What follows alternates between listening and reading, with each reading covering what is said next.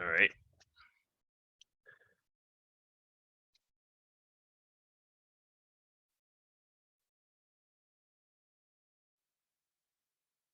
All right, sharing should be on, recording should be going. All right, you should be able to see the screen. All right. Hopefully Zoom stabilizes. I don't know what they did to it recently, but it seems to be very unstable for me. Okay. All right, well, welcome. Sorry for the rough start here. Certainly good morning, or at least it's certainly morning. I guess good to be decided. This week, we're just going to go over week 3's material. We'll have a poll question. We'll have some discussion about charts and plots. We'll talk a little bit about what the discussion board's about and where we're at as the status of the class. And yeah. So last week we talked about some of the tables. I also showed you some examples of how we can use charts and bar charts, and some text functions. So I did some of week 3's material last week in the live chat. We'll go over a little bit more of that today. Any questions anyone had from last week about the material? There we go. Turn that on.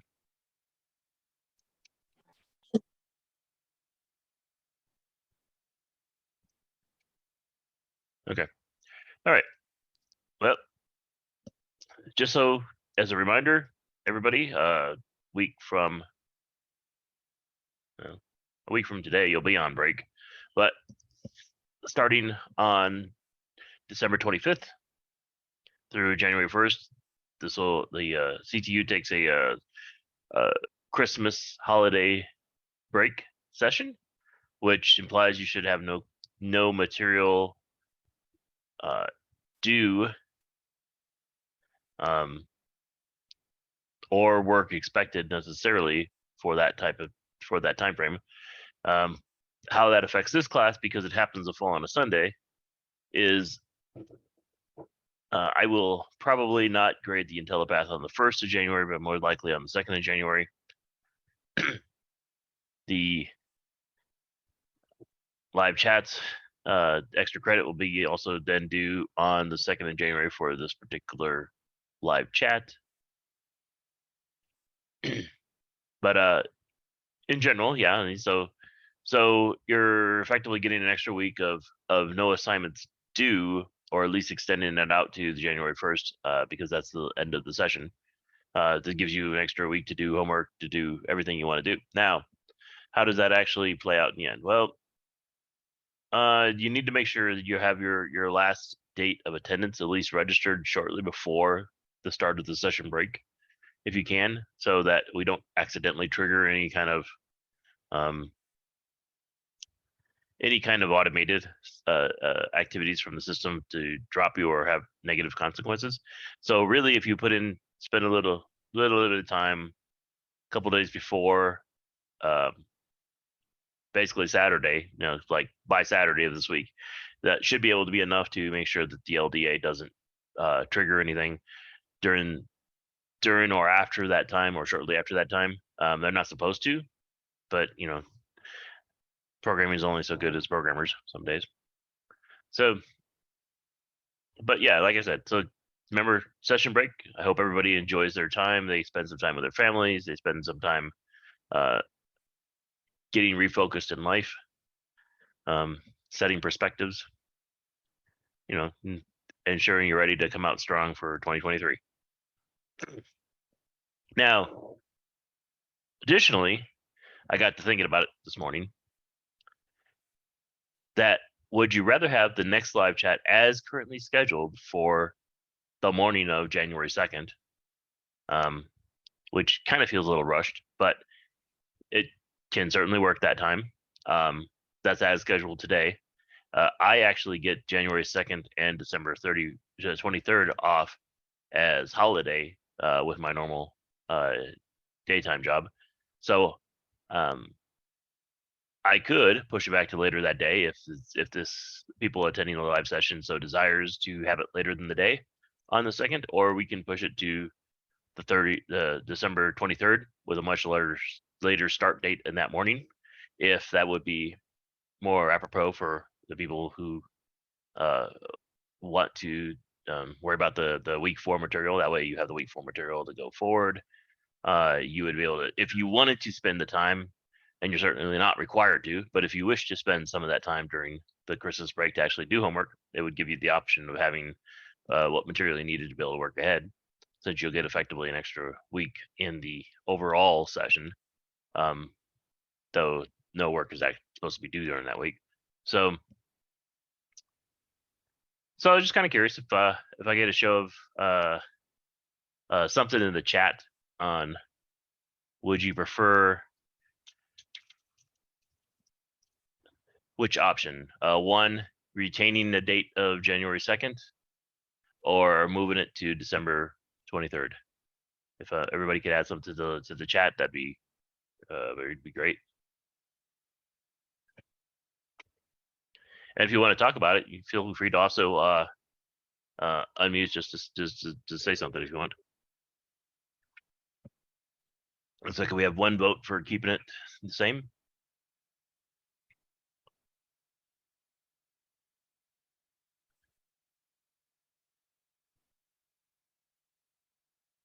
Two votes for the same. Ambivalence is always an option.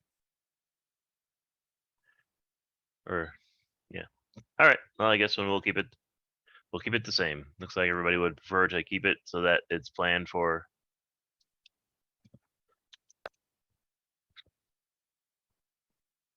We will make this purple. We will strike it out as red.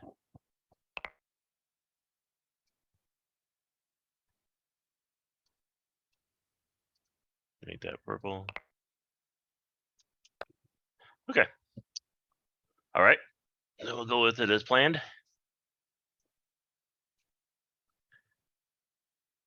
Thank you everybody for participating. Okay. All right. So we're approaching the midway point effectively. Of this, we originally had 44 students enrolled in the class on day 1. We're now at 42 students, and I forgot to update that stat. So ignore that, because that's not right. I did update Delta Bat this morning, so you can see what your current grades are at this point. Looks like our progress overall for Unit 1 and Unit 2 has been pretty good. Would say our percentages of success have been right around this 85-ish% of completion, and some people have gone as far as starting into Unit 4 so far, and Unit 3 as well. So that's also a good sign. Keeping up the good work. That will, pays off meeting milestones and pays off getting good accomplishments. So, all right. Week 3 discussion board. Based on primarily Chapter 5 out of the course book and Chapter 17 out of the workbook, or Muse website, obviously, where we have some more individual talk through. But this is where we get into charts, graphs as representation of data. And there's, in Excel, it's recognized there's 15 different types of graphs offered. Those could be heat maps, could be surface area maps, it can be donut charts, pie charts, stacked bar charts, regular bar charts, 3-dimensional bar charts, scatter plot charts. So in any case, the expectation is for discussion, week 3 discussion board, is that if you were to build yourself a family budget, something we talked about already a little bit, what 2 chart types do you prefer to use to describe your budget if you needed to basically talk somebody else into understanding what you're doing, either on a month-to-month basis or as your collective entirety of the budget and how it gets spent? Or if you needed to get advice from somebody else to help you learn how to bring it into balance, right? So, or if you need to get your significant other to buy in on this is how the money needs to be spent this month, and we need to set aside these types of money for these types of things, and we need to learn how to reduce the overall expenses in order to meet that need, right? So ultimately, of the 15 different types, what two would you prefer to try to describe how to use for a family budget? And then what one particular chart would be most unsuitable for um, to do a budget with?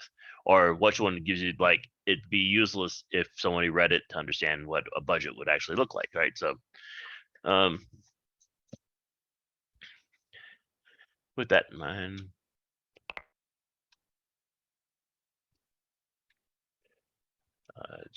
trying to gonna see and bring up this link real quick. Need to probably turn on. There we go. All right.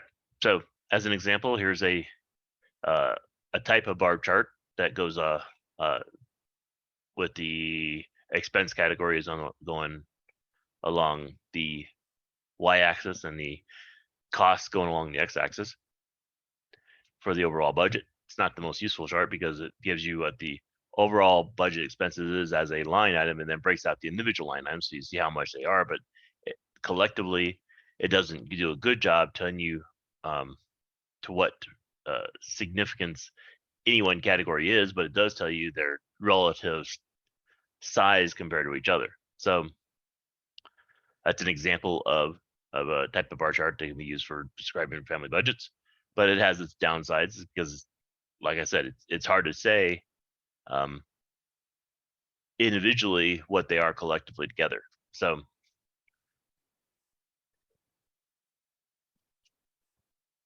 all right, go back to PowerPoint.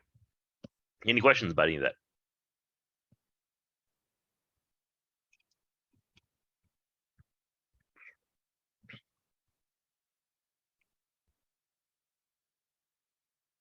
All right. The one general chart type that I don't think makes a ton of sense when it comes to budgets is what we call a surface area map, or in that if you ever looked at like a topology of a map where you're facing down on top of something, where people that do like using like weather, where different colors to represent levels of snow come in, or the different colors being to represent like different altitudes and grades and things, but it's very much a three-dimensional looking map that you can turn around and twist, and you can see all the peaks and the valleys and different perspectives at different locations within that three-dimensional grid. That's not an effective use of how to do or how to explain a budget to somebody, because they'll look at that and it's like, well, I can get a lot of information on any one item that spikes, but you have difficulty trying to interpret what that category is or how it got to that point, or even what timeline that falls within. Because in three-dimensional timelines, you have to worry about X, Y, and Z axes, and that Z axis in many cases would then be either a depth or a timeline of sorts, or a space continuum type perspective, right? So that's why heat maps don't really matter, or not heat maps so much as the topology maps matter in the context of budgets. Now they have a use because you can like check out like seismic activities. They're good for determining weather, or help focusing weather, or help focusing um, mountainous views from different perspectives, and especially on top, right, from a topology perspective. But hope that all made sense. All right, so Unit 3 has its 8 categories: inserting objects to a chart, formatting charts, displaying charts, presenting charts in a bar column layout or line charts, and scatter plots, and how scatter plots actually matter to businesses. So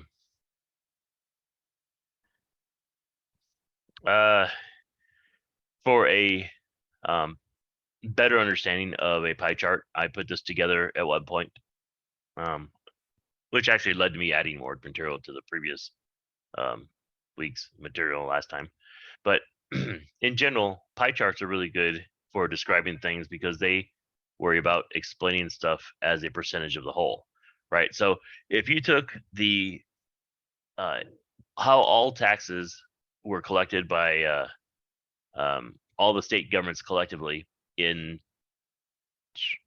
2021, which is what this is based on, you could tell that of all of the states collectively, 42% of their tax income was based on income taxes that are part of what's taken out of people's taxes or payroll checks, right? So whereas only 2% of the taxes overall anybody collectively pays is a property tax. Yet when people go to voting polls, they always are asked on, can we modify the property taxes? Sometimes they'll introduce new licensing fees or taxation for um, consumer products or consumption of a specific substance or activity such as attending conventions or hotels. At least in Colorado, we're mandated to actually have those types of questions put on every ballot.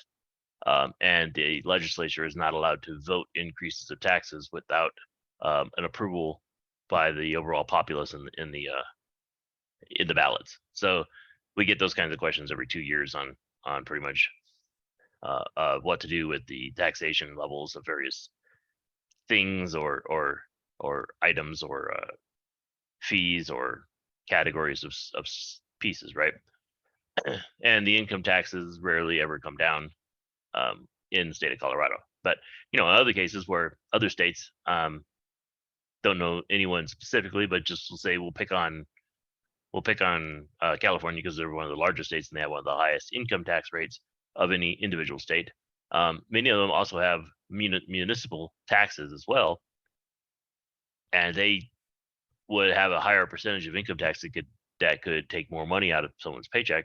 At the same time, they are also have much higher payrolls for people who lived and work in those states, right? So whereas other states like Florida, which doesn't have an income tax at all, but they depend more on their property taxes to pay for services and goods or park fees as a method of taxation. So each state does their own different rule sets, but I can't say whether or not that California or Florida has the ability to vote to approve or disapprove changes in their rates that individual people have. But this is kind of how a pie chart would actually play out in that context, right? So since this, you can tell that then 47% of the taxes paid is generally a sales tax issue. So going to stores to buy things, going to car dealership, paying for cars, or maybe even a house in that context, the sales tax is when that applies, that actually accounts with the greatest number of overall taxation income by a given state. So now many states, things like foods and basic utilities are not taxed at the same levels as consumer goods are generally, but each state does their own rules. So in that context, now if I wanted to give like an expenditure of a line chart, you can see over the course of a period of time from an x-axis of 1960 to 2014, you could tell how the overall budgeting process from the federal government has occurred, and people wonder why we're so far in debt nowadays as a nation. That is partly because the red line is always above the blue line in this context. But this gives you an idea of what the how much is being spent over time each year as a point in time along the y-axis, right? Now, one of the questions about pie charts in Telepath, it was wanting to understand percentage of whole in this context, right? So the smallest slice, which represents dispense movies, because dispense movies is 25 out of 200, which is equal to 12.5%. So just like then 50 out of 200 is equal to 25% as a quarter of the whole. And that assumes that this is the only 4 movie genres that is being recognized in this poll, which we all know is there's way more genres in movies than those 4. So, in fact, yesterday I went to a really great movie called Avatar 2, Way of Water. That was impressive in a lot of ways.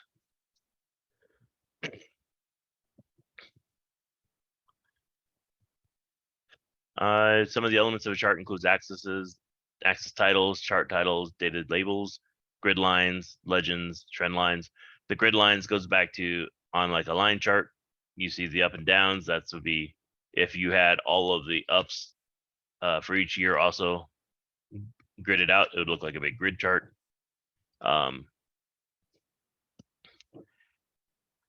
While it looks like a trending of expenses is higher than revenues in this context, it's not really a trending chart because it can't give you predictive future expenses in this case. Trending charts are typically also used for predicting how things will go in the future, and it's quite popular among those who work in Wall Street or try to predict mutual fund outcomes or stock directions or how the Fed's monetary policy actually impacts the overall system. So up-down bar charts, also known as multiple line charts, can appear as columns, stacked columns, and they give you volumes between multiple lines in order to give like relative appearance in layout on understanding how they would play with each other or how they interact with each other. The general chart layout, go back to this one in general. Sometimes you'll see a legend down here, which gives you more context in the legend will give you context on what the colors mean. In this case, it's written in directly into the chart, but that's usually where chart layout matters because you can use the visual elements of the chart to help give context and details to it, and it also then you can also then start adjusting how things visually look by tinkering with the chart details themselves. So, or you can change the colors, chart styles, chart options. Yesterday you saw me click, or like yesterday, last week you saw me click on changing chart styles and could see how I could pull apart pieces of a pie chart, right? So now creating stack charts takes data, takes some time. A stack chart, like over here in the far right, you see how it's got different color pieces for the different categories. That's based on a unit individual project number of one of the original assignments that this class used to require students to do inside of Excel. Speaking of which, I hope y'all at least take an effort to open Excel to do some of these things as C's just to get a good feel for how the tool actually works, because it's how useful it really is, especially when it comes to business. You can start to see the interconnectivity in that context.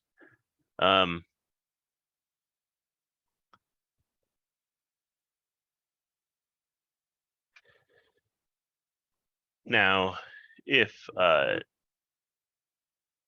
you wanted to represent different types of charts, you can always take a given chart and you can modify that chart through what's called the change chart type. And with that, you can get different representations of pieces and of how you want that chart to be laid out. I'm going to bring up Excel here, so I got to take a second to.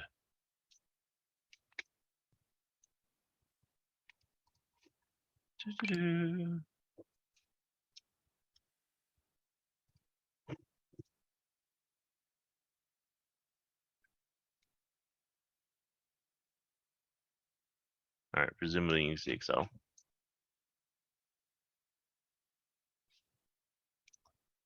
There we go. So if I wanted to change this, I could say change chart type series or change chart type, and I could convert it to go with because I was talking about surface area maps. Let's use this. Let's try to histogram, waterfall, radar. Here's another example of a chart that doesn't make a ton of sense when it comes to understanding numbers per se.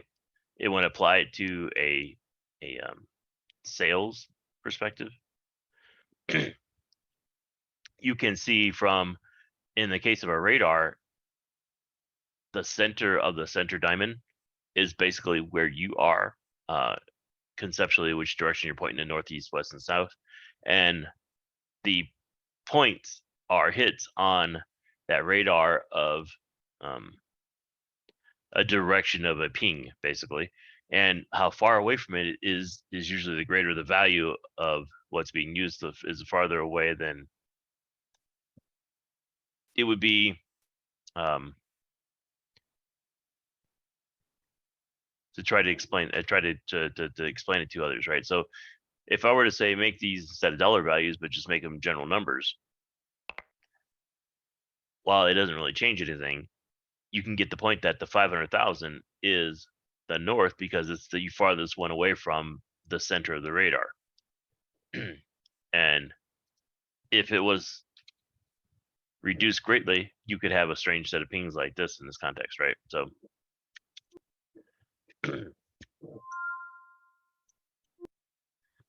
that's another one that doesn't do great in trying to be able to explain a budget, because it's really where direction you are from where you live perspective wise, and what your perspective is, and then the distance based on value. So it doesn't work well in a case of a explaining a budget either, but it can be useful in giving quantities or giving distances and direction to help solving other types of problems. Especially, well, the radars are used for like subs in order to do geo echolocation of objects that they're looking for. So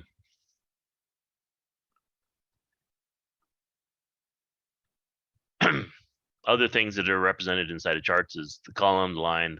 Those are the types of charts, but you can represent your design, your layout, your format, and then you can manipulate areas of the charts with like the chart area, the plot area, the axis type, data type.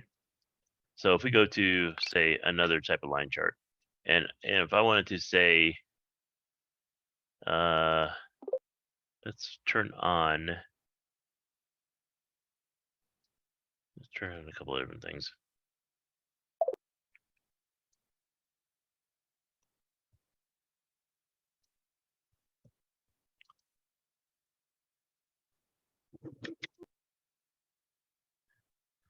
So with this, I can actually turn on, or I can filter out various aspects of a given piece based on information that I have applied, right? So if I want to see only Q4 data, I could just turn on Q4 data, and then the chart should.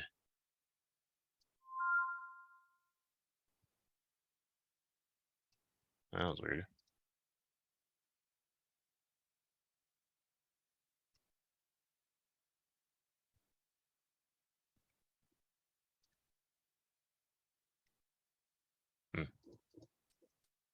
Thought I could have all 3, 4. That's weird. I don't know why it's doing that.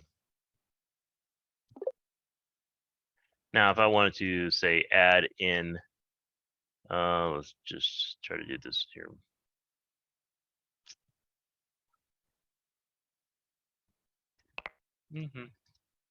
I wanted to add in. It's just changing the chart type layout so you can see the dollar values inside of the actual line points, which can be of use, because then you can go over here and say filter out. If I want to see just Sam's, I can see how he did in there, and I can like then give him his example of, well, you've achieved these types of sales over this period of time, or you can define comparisons to Tom if you needed to talk to Tom about how to do better in that context. Now, if I wanted to get rid of the names, I could very well easily do that based on changing how some of the categories are being labeled.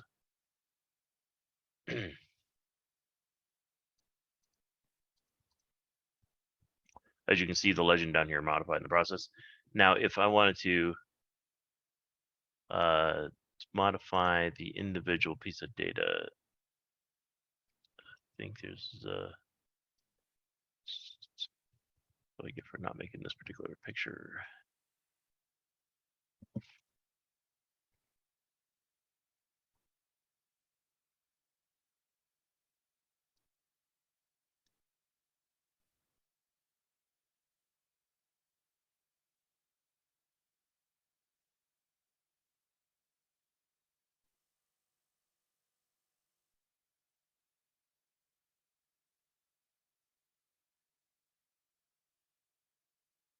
I can add data labels, which will be the money in this context because of how this is laid out in this particular chart.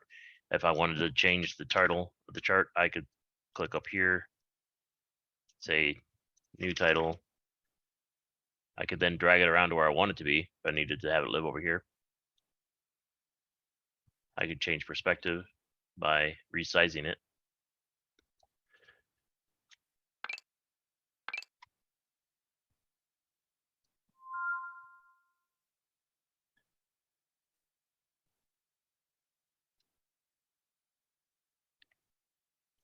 But you can get a feel for different things you can do with the charts by messing with it. If you do more, you can get into where you can actually build in custom legends. You can actually add more descriptive items to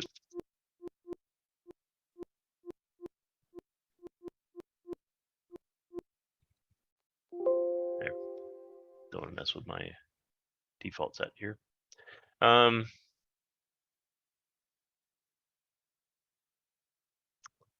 Yeah, so there's lots of different things you can do with various charts.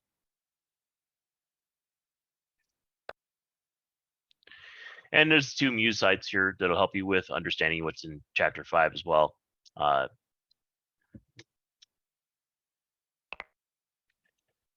So if I go over to the website here, for instance, right, if you, in case you hadn't seen it before, if it has a little book here, it's about reading as your thing. If it is a little icon here for computer, it's intended to be an interactive step-by-step kind of thing. And the little video icon here or audio here implies that you have audio and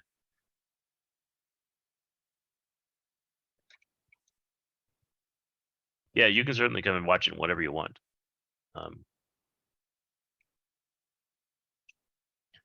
So we're a free country. You don't have to be here. You're here because you'd like to be here, not because you have to be here. But yeah, so I mean, in here you'll see a bunch of Q&As. Some of these Q&As is what I extracted for the purposes of, or the problem solving, is what I use for some of the material that was used for presenting this with. So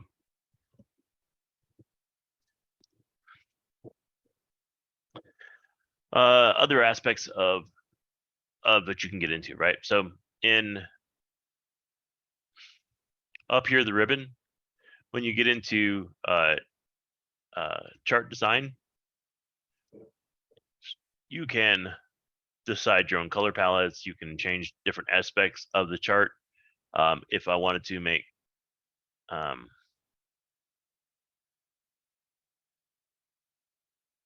I can change where my callouts or my data labels will be. I can have it with legends in the keys. So say if I add it with the legend key, then you'd have all of the different values and who it is with their full data, so you can actually get a bigger picture of what you can do with that particular piece. You can change the locations of the legends. You get a feel for what you can do. There's lots of different things you can customize with this. Now, you can also then take those charts and either paste them into a Word document as a graphic so they cannot be modified, or as an OLE so they can be modified dynamically from external sources. An OLE is an object linking embedding. And what that does is it allows you to take other Word documents or other types of systems or programs that recognize OLE and give you an ability to set up such that your data from inside of Excel can then drive into that report and using a database or Word document or whatever to be every time you open it up, pick up the latest information from that remote database, remote set of data that Excel provides when you saved it, so that you can have something that automatically updates reports and whatnot, so you can give your boss the or what your boss can then just randomly open up his dashboard every morning at 8 a.m. and get the latest sales figures across all of his purview from all of his different organizations at a glance, with updated data that you can have done as an automatic updating through an OLE process, right? So um,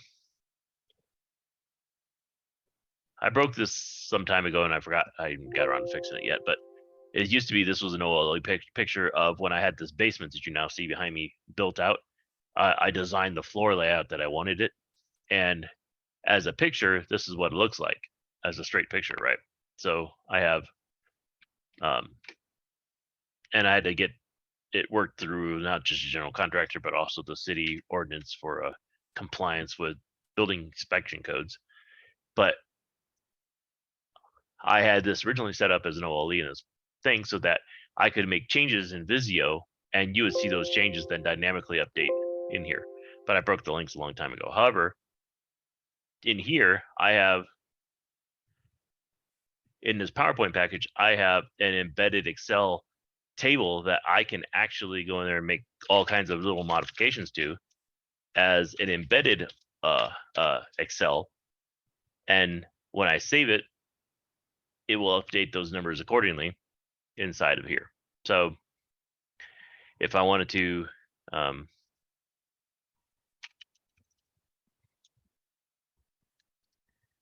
can make all kinds of changes in this, right? So this is another example of something embedded. This is embedded so that it is dynamically done as an Excel within PowerPoint, as opposed to PowerPoint, every time you open it up, go out there and load in the latest data from Excel for you automatically. So you can have either set up in this context, or you can just set it and paste it as a picture, which then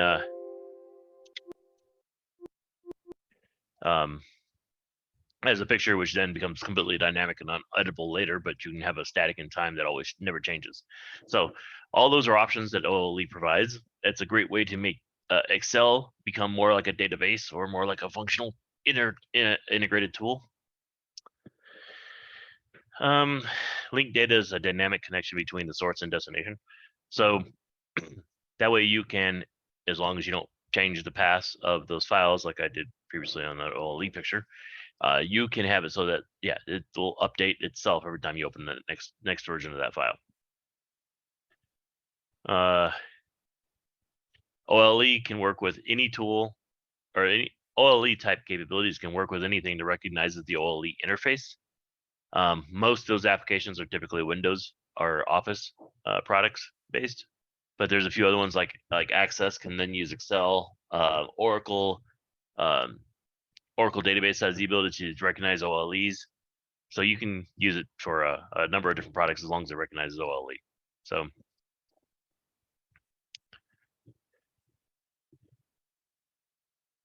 the chart templates will give you a good head start on creating charts right away, but it does not necessarily guarantee you that you're always going to get the exact format you want.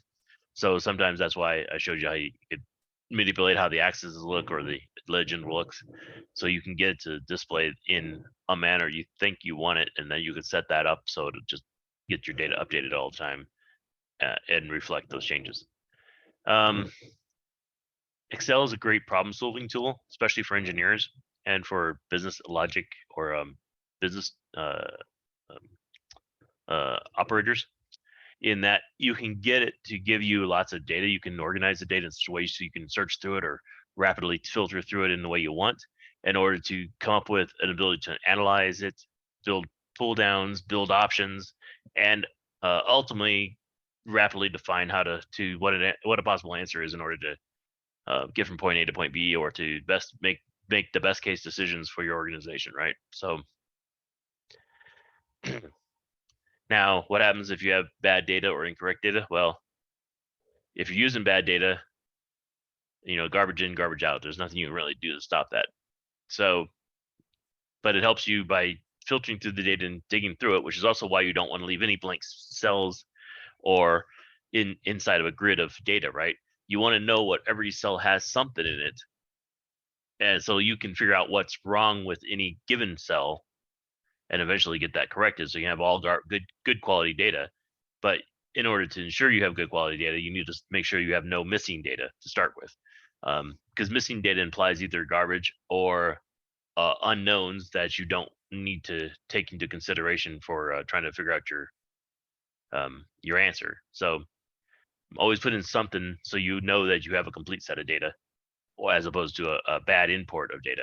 So anyways, so like I said, so it's garbage in, garbage out. It lets you analyze the data rapidly in order to just figure out how to do what you need to for your organization to find an answer to it.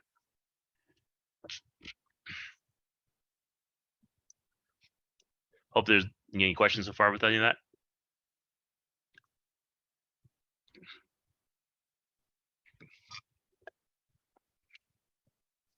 Okay.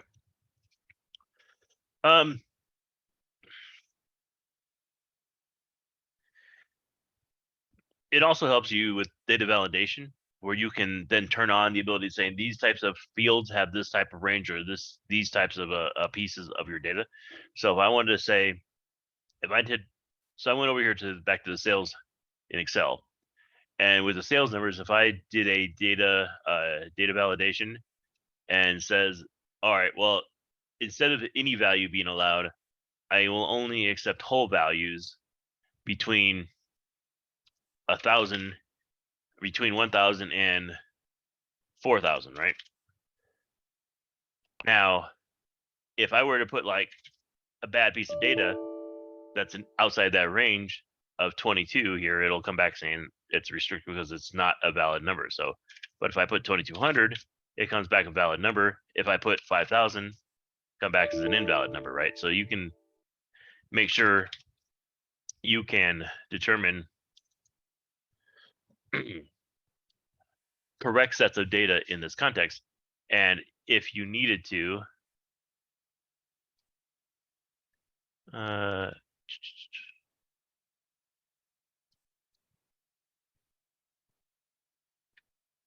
you can change how it actually applies as opposed to a dried out error like I was doing. But where was that? I was looking for the. Well, you can also set up so it'll automatically circle anything that is considered a bad data input as well for when you do that. So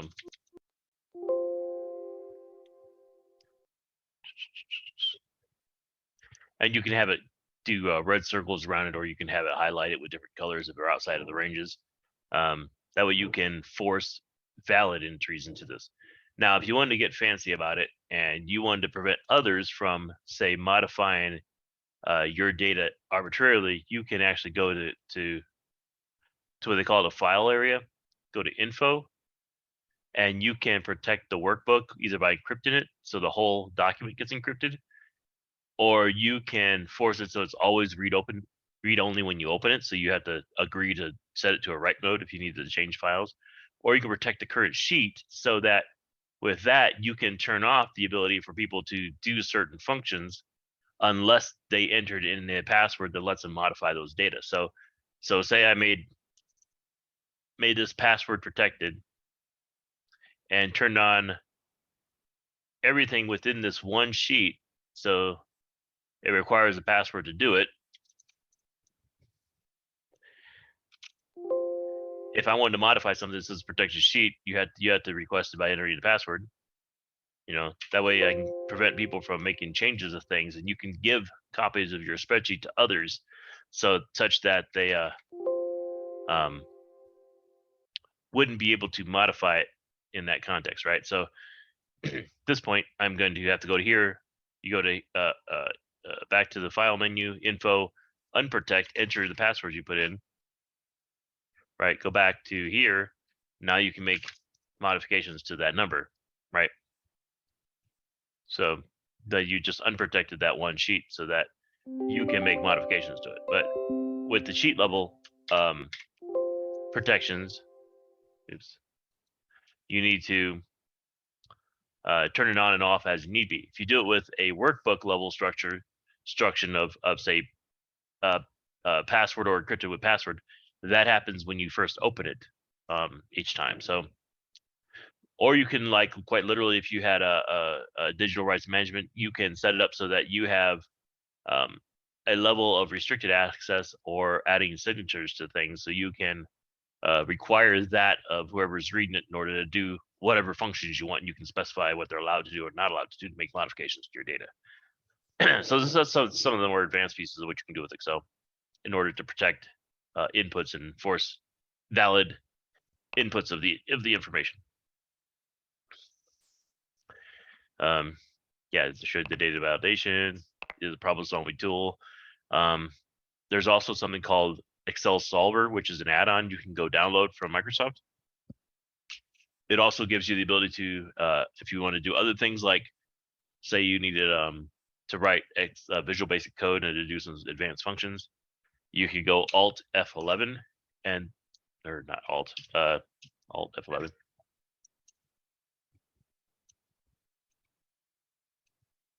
it Windows F11? Windows F11 is not the right key either. Control F11.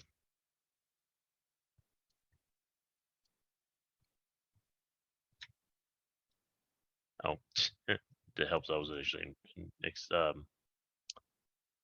well. Anyways, there's a way to get to Visual Basic developer mode. I must have developer mode turned off in that Excel file. But with that, you have the ability to bring up and enter in Visual Basic code that lets you do custom things like custom sorting. Yeah, I have one of the things I use in quite a few of my Excel spreadsheets at the office where because I need to manipulate lots of data and provide lots of data to specific people, instead of necessarily provide them the Excel because it's harder for them to use for scripted tools as inputs. Some developers that I work with, instead I have it set up so that I have one of my embedded macros within Visual Basic takes all of my Excel's worksheets and saves them all as individual CSV files in an automated manner, because I have a couple of Excel data files with lots of stuff in it that's over 500 tabs or 500 worksheets large now. So I save that off. It takes like 5 minutes to export all my tabs as CSV files. But with that, I can then just hand him the group of CSV files, and he can have his coded tool set automatically read them as data sources directly and just run automated activities based on that inputs.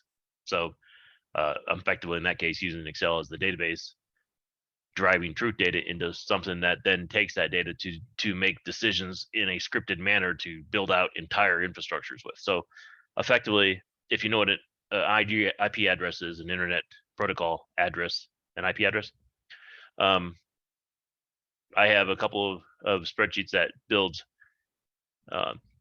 hundreds of individual worksheets, which are all individual VLANs for a network. And with that data, I give it to people then to take that, sucks it into their tools, which then builds network scripts to create the routing for those, or into some other tools that then creates the virtual machines and the terraforming process to build out environments such that they can rapidly create virtual machines in a very repeatable manner that one or two people can do the work of, which 5 years ago, 10 years ago would take a standing army of system administrators to build out in a given day. Now I can do that same work. Basically, 1 to 2 people can do it with scripted tools, and they can build out hundreds of VMs in a matter of a couple hours for running up an entire environment and then having additional scripts install all of the infrastructure software in place.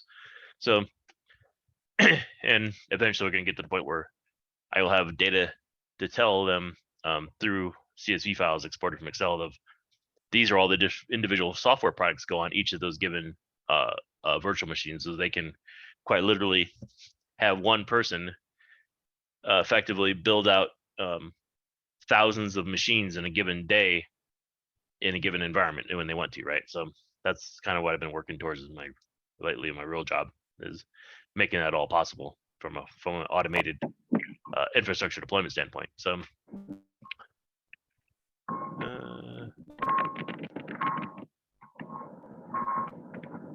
all right, trying to mute. There we go. All right, that was a little distracting noise. Okay. Here's a couple links to give you some examples of what you can do with dashboards. and how to build out those dashboards rapidly so you can create lots of nice functional systems. One of the questions I got from a student was about IntelliPath formatting. This is a case of where you have validation of data, and they wanted to know what was below the average. Well, they couldn't figure out based on this context what type of rule was being used. Well, by looking at this, right, the average of this comes out based on average sales, and all the red cells are the when those people was below the overall group average. Now, that's different than the group mean in that if you have a really high sales guy like B. Smith was in this context for that month or that whole sets of months, he was able to basically drive the average up so high that it made it look like the vast majority of his team are all underperforming. When in reality,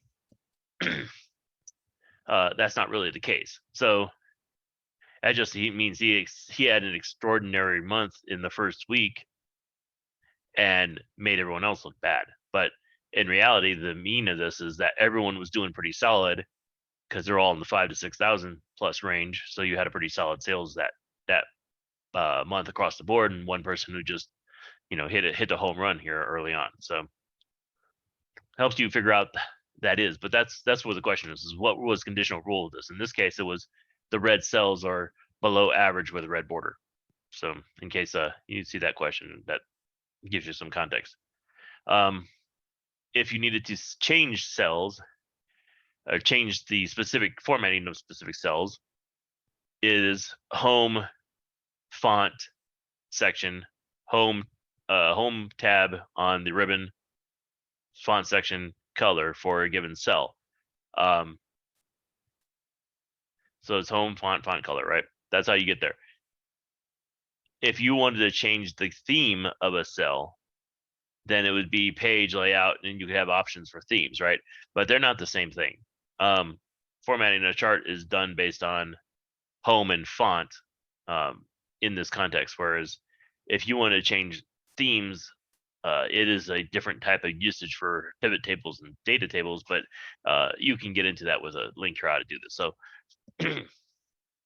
that way you at least have an idea where to go to do these two different types of functions. But the correct answer that IntelliPath was looking for was home font, because they wanted you to go here in order to do formatting of specific cells, as opposed to an entire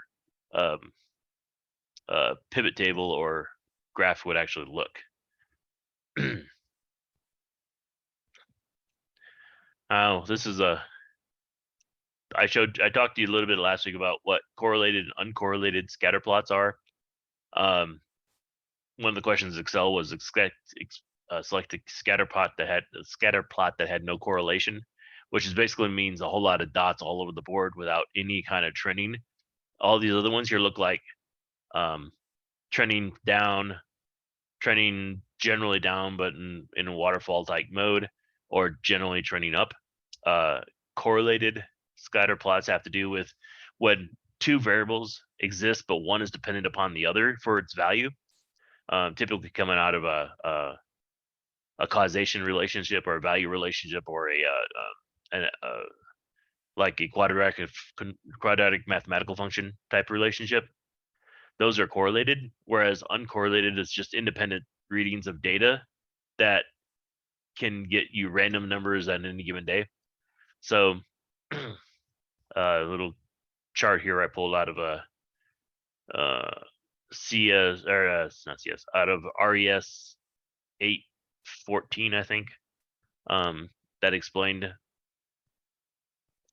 a nice little graphic on differences between the three pigs are doing correlated information and what they're used for.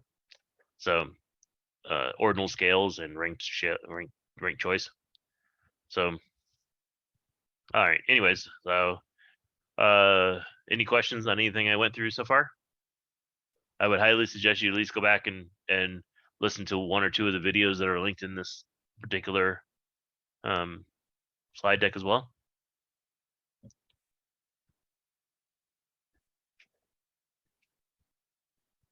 And just for summary to go back to, we will keep the original schedule so that bright and early on the 2nd of January, which is is that a Monday or Tuesday? That's a Monday. So on Monday, January 2nd, bright and early, we'll have our next live chat. Remember, enjoy your time off with a break. See the family, see your friends, get a chance to reset and be prepared for a big year ahead of you. There's no questions. I'm stalling for time. Somebody said speed up. All right. Well, we need, if you have a question, you can sit around here for a bit. Everyone else, this will be the end of the class if you wish to. But happy holidays, everyone.